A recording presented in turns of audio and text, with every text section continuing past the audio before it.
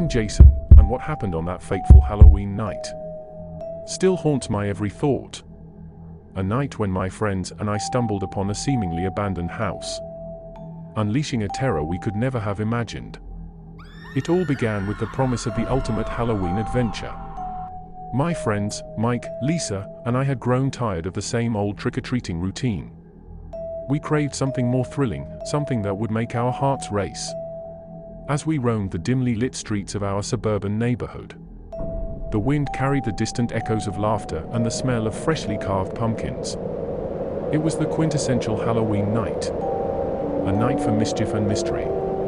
That's when we saw it, a dilapidated house tucked away at the end of a desolate cul-de-sac. It stood there, seemingly untouched by time. Its windows boarded up and its yard overgrown with weeds. The legends surrounding the place had always intrigued us.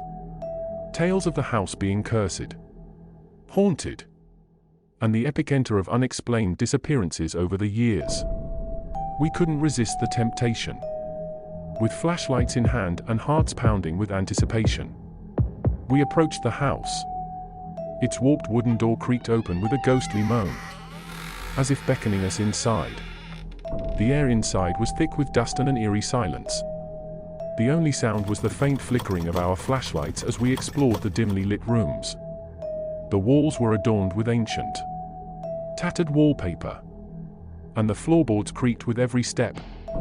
As we ventured deeper into the house, an unsettling feeling settled in the pit of my stomach.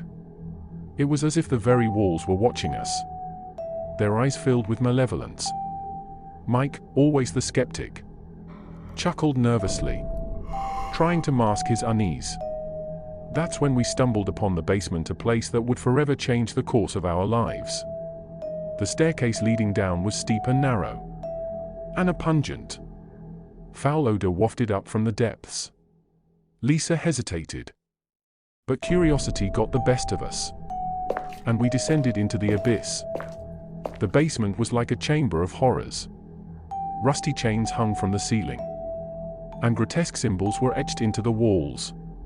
In the center of the room lay an old, tattered book, its pages filled with incantations and drawings of unspeakable creatures. As I glanced through the pages, a feeling of dread washed over me.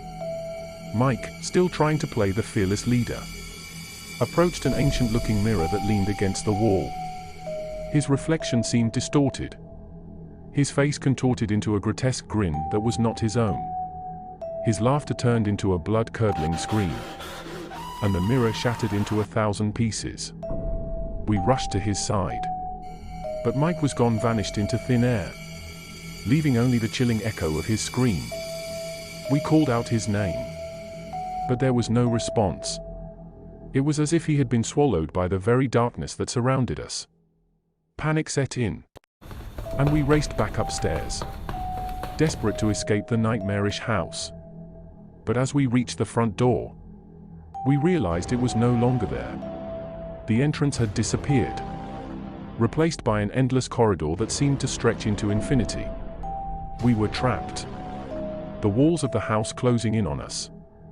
We heard Mike's voice, faint and distant, as if calling to us from another realm.